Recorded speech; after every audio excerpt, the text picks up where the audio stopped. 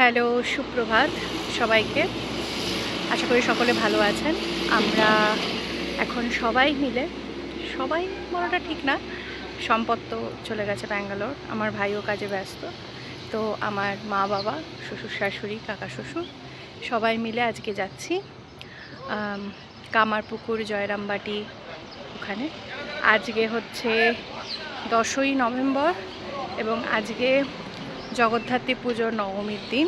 তো অনেক দিনের ইচ্ছা ছিল জয়রামবাটি কামারপুকুর যাওয়ার, মায়ের দর্শন করার, এবং আজকে এত পুণ্যতিথিতে আমরা যাচ্ছি। মানে বলে না, ঠাকুরের কাছে হট করে যাওয়া হয় না, সেই সেই সময়, সেই সুযোগ বা সেই ভাগ্য হওয়া দরকার, এবং আমাদের ভাগ্য সত্যি ভালো যে আজকে আমরা যেতে পারছি, এত শুভ দিনে মায়ের দর্শন করতে যেতে পারছি। তো ভাবলাম এই শুভক্ষণটাকে ফ্রেমবন্দি করে রাখি আপনাদের সকলের জন্য। তো দেখতে থাকুন আমরা কী করছি, এবং তারপরেও ইচ্ছে আছে যদি সময় করতে পারি বিষ্ণুপুরে যাওয়ার। তো যাই হবে আপনাদের সাথে শেয়ার করবো, একটা খুব ছোট্ট মিনি ব্লগ আসছে, বাট যাই হবে আপনাদের সাথে শেয়ার করবো। So stay tuned. আমরা সেদিন খুব তাড়াতাড়ি বেরিয়ে পড়লাম, কেননা ওয়ান ডে ট্যুর ছিল। আমরা কলকাতা থেকে রওনা দিই প্রায় সকাল 7টা। এই গাড়িটা করেই আমরা যাচ্ছি, এবং আমরা যাচ্ছি বেলঘরিয়া এক্সপ্রেস হয়ে, তারপরে দক্ষিণেশ্বরের উপর দিয়ে, এই বালি ব্রিজটার উপর দিয়ে আমরা যাচ্ছি।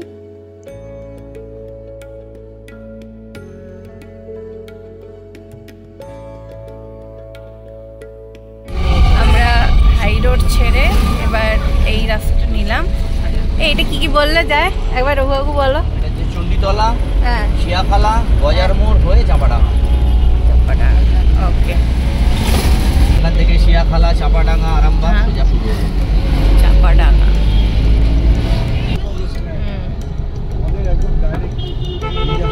এই ডান দিকে যাচ্ছে হচ্ছে কামারপুকুর, আমরা যাচ্ছি জয়। আমরা আগে মায়ের কাছে যাব, তারপরে বাবার কাছে যাব, তাই তো নাকি? আগে মায়ের কাছে, তারপর বাবার কাছে। আমরা আগে মায়ের কাছে যাচ্ছি। চুর গাড়ি দাঁড়িয়ে গেছে, আমরা পৌঁছে গেছি জয়রামবাটি। এই গাড়ি, আর ভিতরে বোধহয় পার্কিং বন্ধ, ভিতরে পার্কিং। আমরা আসছিলাম আর ভাবছি গাড়ি তো অত আসছে না, গাড়ি তো অত আসছে না, কিন্তু এই দেখো আমরাই লেট।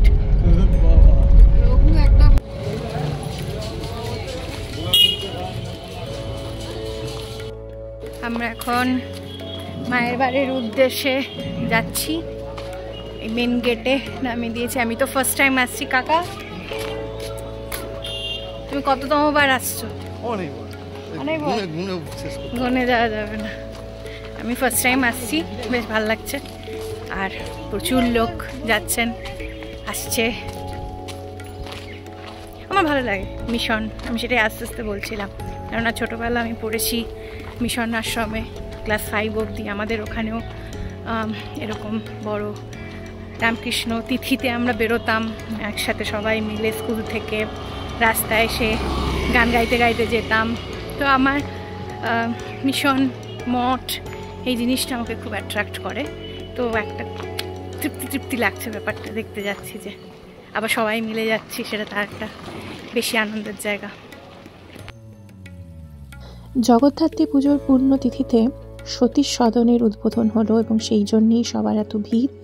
উদ্বোধন করতে এসেছিলেন বেলুড় মঠের প্রণম্য প্রেসিডেন্ট। ওনাকে দেখার জন্য সবাই অনেকক্ষণ ধরে অপেক্ষা করছিলেন, এবং আমাদের পরম সৌভাগ্য যে আমরা গিয়ে ওনার দর্শন করতে পারলাম। সতীশ সদনে এটা একটি লাইব্রেরি বলতে পারেন, এবং ওখানে ওই আশ্রমের মানুষজনদের হাতে কাজ করা জিনিসপত্র, যেমন গামছা, ছোটো ছোটো ব্যাগ, এরকম হাতের কাজের জিনিসপত্র পাওয়া যায়। তো আমরা ওইটা ঘুরে দেখলাম, এবং গামছা এবং আরও বিশেষ কিছু ধূপ এগুলো কিনেছিলাম। এই হলো সেই সতীশ সদন। এবারে আমরা চলেছি মাতৃমন্দিরের দিকে।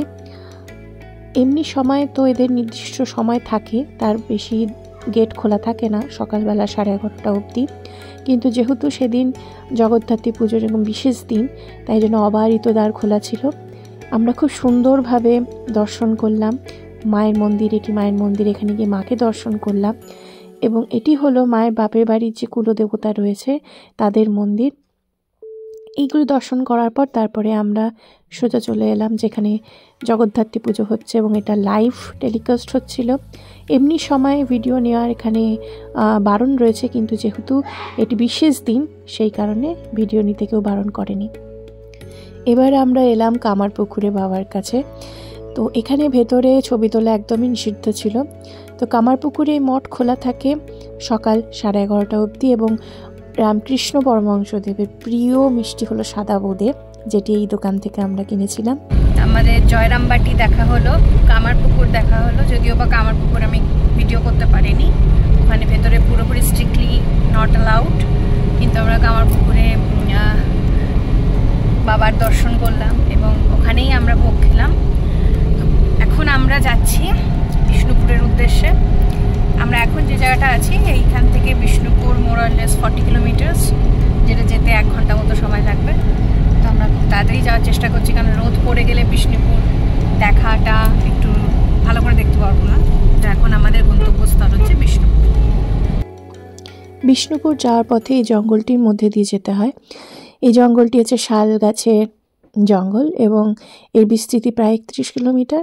এবং বাঁ দিকের যে জায়গাটি, এখানে বনলতা রিসর্ট রয়েছে, যেটা খুব নাম করা, খাওয়াও নাকি খুব ভালো। এইবারে আমাদের হয়নি, বাট নেক্সট টাইম আমরা নিশ্চয়ই ট্রাই করব। কিন্তু জঙ্গলটা দেখুন কি সুন্দর লাগছে না? আমরা বিষ্ণুপুর ঢুকছি আর এই ডান দিকের রাস্তাটা যাচ্ছে পুরুলিয়া। এই তো মাটির কাজ।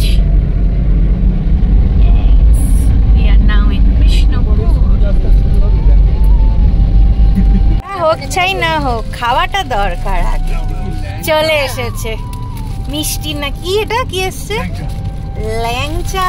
রস হাতে লেগে যাবে। ল্যাংচা খাওয়া হবে, ল্যাংচা। আমরা এখন বিষ্ণুপুরে রাসমঞ্চে এসে উপস্থিত হয়েছি। রাসমঞ্চের এখানে 25 টাকা করে টিকিট এবং এই টিকিটটা নিয়ে আরও কয়েকটা মন্দির দেখা যায়।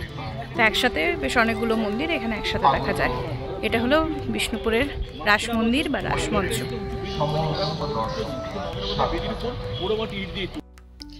এই রাসমঞ্চ এটি 1600 খ্রিস্টাব্দে প্রতিষ্ঠিত হয়েছে বলে প্রচলিত আছে। এই রাসমঞ্চের যে প্রতিটি পাথর, এগুলি হচ্ছে ল্যাটেরাইট পাথর এবং প্রতিটি হচ্ছে একটি শক্ত আঠার দ্বারা এগুলো হচ্ছে মানে অ্যাটাচ করা রয়েছে। প্রতি বছর রাস উৎসবের সময় অন্যান্য মন্দির থেকে ঠাকুর নিয়ে এসে, বিগ্রহ নিয়ে এসে এখানে পুজো করা হয়। 1914 সালের 19শে জুন এই মন্দিরকে রাষ্ট্রীয় গুরুত্বপূর্ণ স্মারক হিসেবে চিহ্নিত করা হয়। আমরা এখন এসেছি শ্যামরায় মন্দির।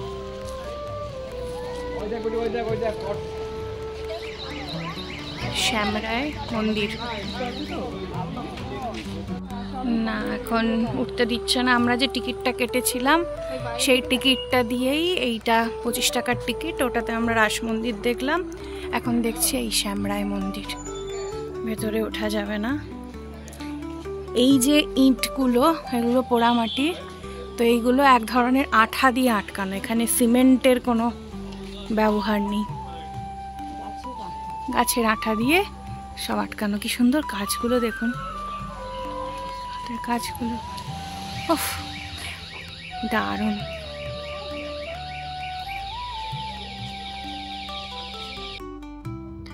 প্রচলিত আছে যে 1643 খ্রিস্টাব্দে বীর হম্বীরের পুত্র রঘুনাথ সিং এই মন্দিরটি প্রতিষ্ঠা করেন। এই মন্দিরের গায়ে যে কাজগুলি রয়েছে সেই কাজগুলো এক একটি গল্প কথা বলে।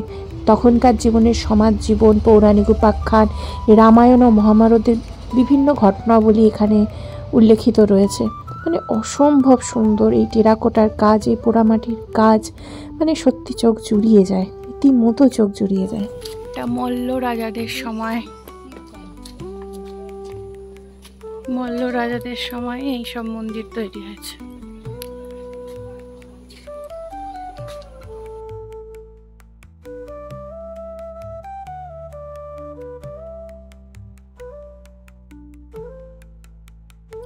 মল্ল রাজাদের আরেক অভূতপূর্ব সৃষ্টি হলো এই জোর বাংলা মন্দির।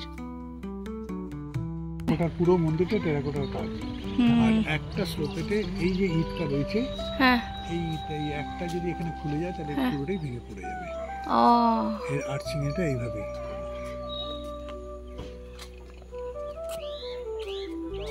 তার মানে কিরকম সিমেট্রিক্যালি করা?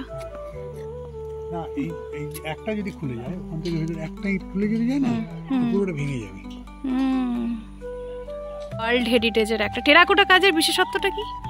মাটির সব মাটিগুলোকে আগে পোড়ায়, মাটিটাকে পোড়া মাটির কাজ সব, মানে আগে মাটি পুড়িয়ে তারপর কাজ করে। পোড়া মাটির এসব কাজ অন্য কোথাও পাওয়া যাবে না, এটা এখানকারই, ওই জন্যই তো হেরিটেজ করে দিয়েছে, এখানকারই বিশেষত্ব। অনেক পরে করলে এটাই। আমরা এখানে কত দৌড়দৌড়ি করছি।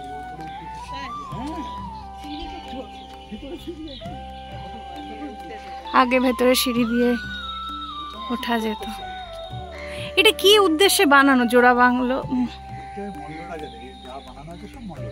মল্ল রাজাদের। বীরহাম্বীর ওইখানে রয়েছে লেখা, দেখবে বীরহাম্বীর সরণি এটা। আচ্ছা, মল্ল রাজাদের লাস্ট। এবার আমরা এসছি ছিন্নমস্তার মন্দিরে মাকে দেখতে। আমরা এখন এসছি এই দলমাদল, এই কামানটার নাম দলমাদল। এটা কি মল্ল রাজাদেরই? দলমাদল কামান।